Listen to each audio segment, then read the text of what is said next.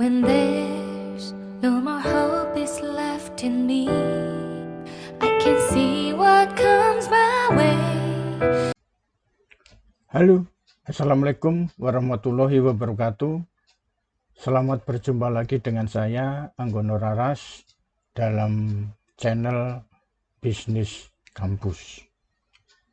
Rekan-rekan mahasiswa, saya akan mendiskusikan tentang jenis strategi.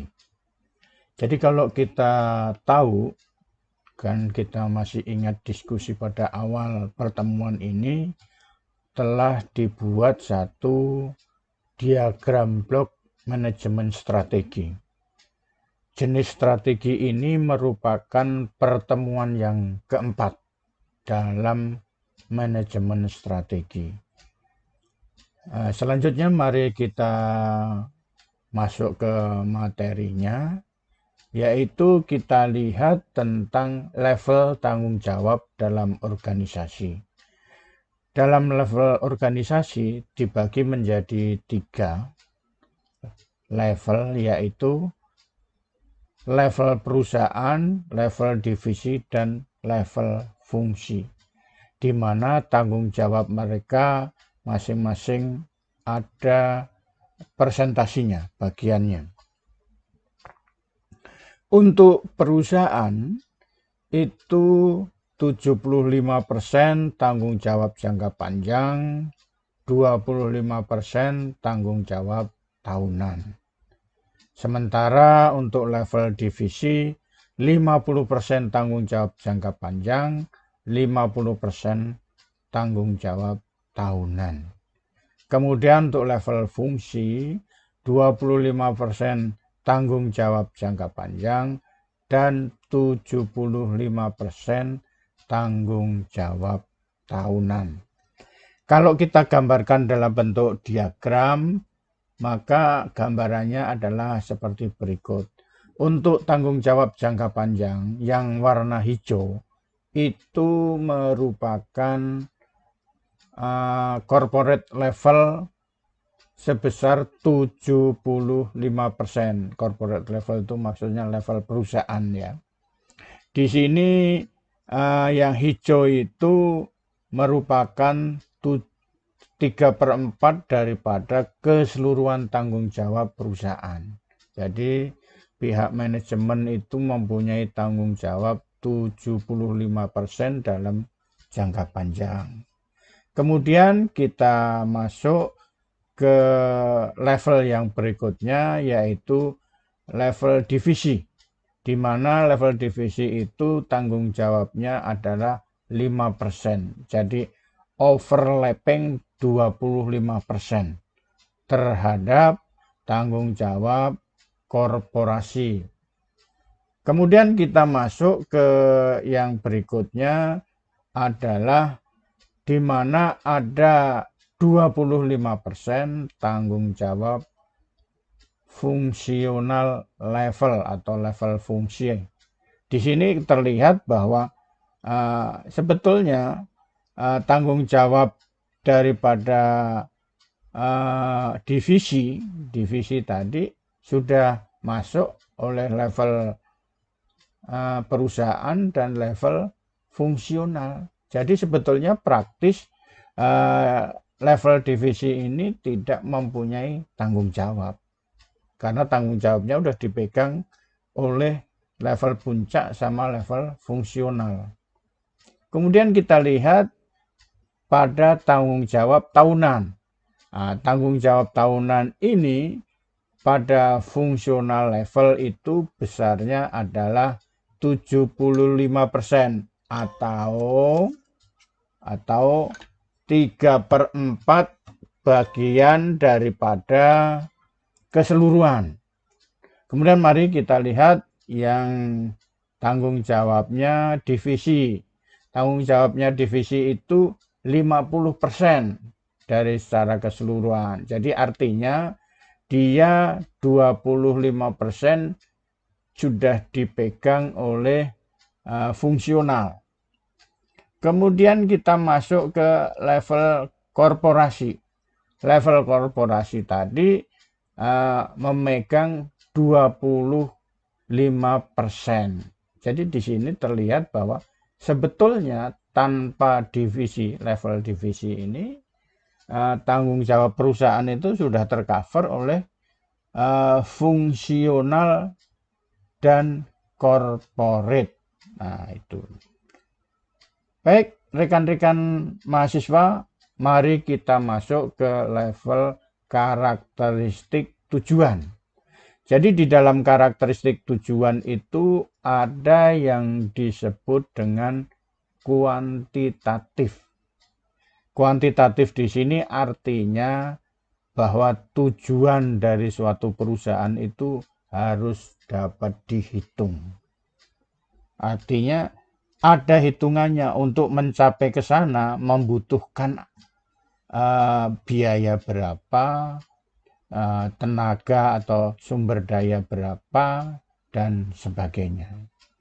Kemudian yang berikutnya, karakteristik tujuan berikutnya adalah terukur. Jadi kalau untuk mencapai tujuan tersebut, pihak manajemen harus mempersiapkan fasilitas yang dibutuhkan apa saja. Jadi bisa diukur. Apakah perusahaan mampu melaksanakan tujuan tersebut atau tidak. Kemudian yang ketiga, realistik. Artinya di sini bahwa kalau membuat tujuan itu yang realistik, artinya masuk akal. Kita tidak mampu apa-apa, tetapi mempunyai cita-cita yang setinggi langit. Artinya ya kemungkinan tidak akan terjadi, hanya sekedar cita-cita saja. Kemudian kita masuk ke karakteristik yang keempat, dapat dimengerti. Jadi kalau pihak manajemen menjelaskan hal tersebut, itu dapat dimengerti oleh level di bawahnya. Kemudian yang kelima adalah tantangan. Tantangan itu artinya bahwa kalau kita membuat tujuan itu merupakan satu tantangan. Merupakan satu tantangan bagi pihak perusahaan untuk mencapainya. Kemudian yang keenam adalah hierarki. Jadi di dalam mencapai satu tujuan itu ada hierarkinya. Hierarkinya itu adalah level perusahaan, level divisi, dan level fungsional. Jadi ada pembagian tugas. Kemudian yang karakteristik yang ketujuh adalah dapat dicapai. Jadi kalau kita membuat satu tujuan, maka yang dapat dicapai, contohnya kita saat ini sedang masuk kuliah di level S1, S2, atau S3. Jadi tidak mungkin kita akan menyelesaikan level S3 kalau kita belum lulus master atau S2. Jadi kita makanya membuat satu tujuan itu yang dapat dicapai. Orang masih SMA pengen lulus master, nah, kita harus S1 dulu yang harus dicapai. Maksudnya begitu. Kemudian adanya kerjasama unit.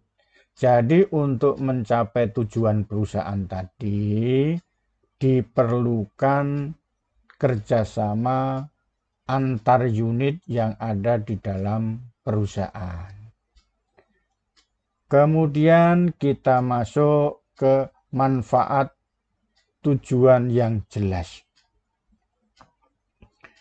Kemudian yang pertama adalah kegiatan diarahkan pada target atau tujuan.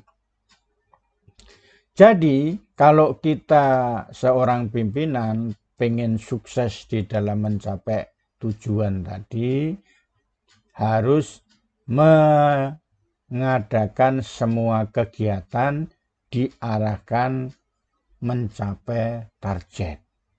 Kemudian sinergi semua unit kerja.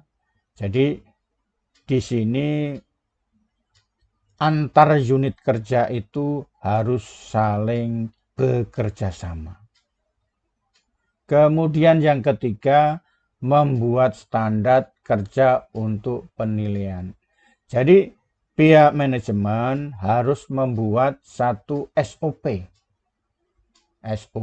standar operasi prosedur, yang bisa dijadikan satu patokan sehingga pelaksanaannya itu akan berpatokan kepada SOP tadi. Kalau tidak cocok dengan SOP, maka hal itu dianggap tidak benar. Kemudian yang keempat, tentukan skala prioritas. Jadi apa yang mau dikerjakan itu diutamakan yang paling penting dulu dalam mencapai target atau tujuan. Kemudian yang kelima, kurangi kegiatan yang tidak perlu.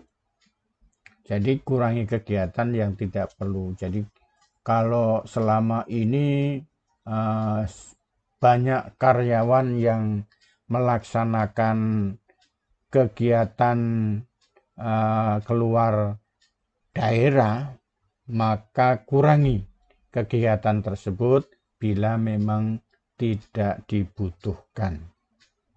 Kemudian kita lihat yang nomor 6 adalah kurangi konflik.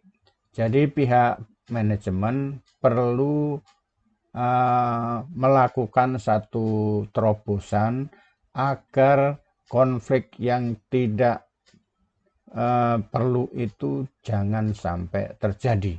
Karena yang namanya konflik itu pasti akan menghambat pencapaian perusahaan dalam mewujudkan targetnya atau tujuannya. Yang ketujuh, tanggulangi gangguan. Jadi kalau ada gangguan yang terjadi di dalam perusahaan, baik itu dari dalam maupun dari luar, harus segera ditanggulangi supaya tidak melebar. Kemudian yang kedelapan, bantu kebutuhan sumber daya. Jadi apa yang dibutuhkan di dalam sumber daya yang untuk mencapai target atau tujuan tersebut harus dibantu supaya jangan timpang. Kemudian yang ke-9, bantu membuat desain pekerjaan. Jadi desain pekerjaan itu bisa diwujudkan dalam bentuk struktur organisasi. Jadi siapa berbuat apa, maka dibuat satu desain struktur organisasi. Kemudian yang ke-10, konsisten dalam menentukan keputusan. Jadi pihak manajemen itu kalau sudah memutuskan satu kegiatan, maka harus dipegang terus. Kemudian dan ini berlaku secara umum. Jangan melihat bahwa kalau dia teman itu perlakuannya jadi berbeda gitu. Baik rekan-rekan mahasiswa, kita lanjutkan lagi. Kita sekarang bagaimana mencapai tujuan perusahaan. Tujuan perusahaan itu dapat dibagi menjadi dua. Yang pertama, monetary, jadi dipandang dari sisi keuangan. Bahwa di dalam keuangan tadi, perusahaan itu harus memperoleh pendapatan yang meningkat sehingga labanya meningkat. Kemudian yang kedua adalah dari sisi strategis. Dari sisi strategis itu itu adalah bagaimana perusahaan menciptakan kepuasan bagi pelanggan. Kemudian melalui satu penggunaan atau pemanfaatan teknologi yang terbaru. Selanjutnya kita lihat bagaimana cara mengelola tujuan. Tujuan perusahaan itu ada 4. Yang pertama namanya ekstrapolasi. Ekstrapolasi itu maksudnya kalau alat tidak rusak, jangan diganti. Jadi harus mempunyai satu pendirian ekstrapolasi. Kalau alat yang sedang dipakai tidak rusak, jangan diganti. Kemudian berikutnya adalah krisis. Jadi di sini perusahaan harus tanggap, bertindak saat dibutuhkan. Itu namanya krisis. Di dalam menangani satu masalah. Kemudian harapan. Harapan itu artinya kita tidak menyerah apabila gagal, dicoba lagi dengan cara yang lain. Yang keempat adalah subjek, di mana dilakukan jalan terbaik yang dikuasai. Baik rekan-rekan mahasiswa, kita lanjutkan bagaimana kita melihat strategi integrasi. Untuk perusahaan besar dan perusahaan kecil, pengelolaannya itu berbeda. Kita ambil contoh untuk perusahaan besar, di mana yang paling puncak adalah corporate, yaitu CEO. Yaitu CEO itu Chief Executive Officer. Jadi pimpinan puncak dalam satu perusahaan besar itu namanya CEO. Kemudian di bawahnya level divisi itu bisa disebut Vice President. Vice President itu ada juga yang menyebutnya Kepala Subdirektorat atau disebut Kasubdit. Di sini secara internasional namanya Vice President. Jadi membantu presiden, pimpinan tertingginya. Kemudian selanjutnya secara fungsional itu dibagi tugasnya sesuai fungsinya.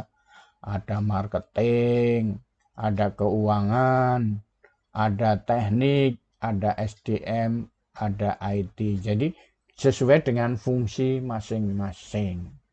Selanjutnya secara operasional diatur, ada namanya manajer operasi, manajer pemasaran, manajer keuangan, manajer teknik, manajer SDM, dan lain-lainnya sesuai dengan struktur organisasi yang dibentuk. Kemudian mari kita lihat pada perusahaan kecil. Di dalam perusahaan kecil,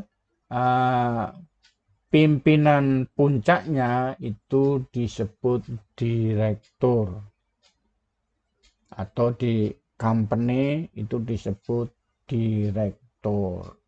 Kemudian selanjutnya level kedua disebut fungsional. Di situ ditentukan unit-unit yang ada di dalam perusahaan tadi. Kemudian yang ketiga operasional. Operasional sama dengan yang besar.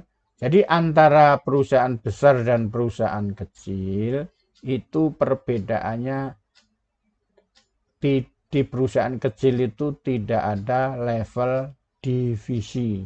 Jadi jaringannya lebih pendek. Baik, rekan-rekan mahasiswa, saya cukupkan sekian. Mudah-mudahan diskusi kita ini bermanfaat. Kalau bermanfaat, silahkan like, subscribe, dan lonceng serta komen. Terima kasih. Wassalamualaikum warahmatullahi wabarakatuh.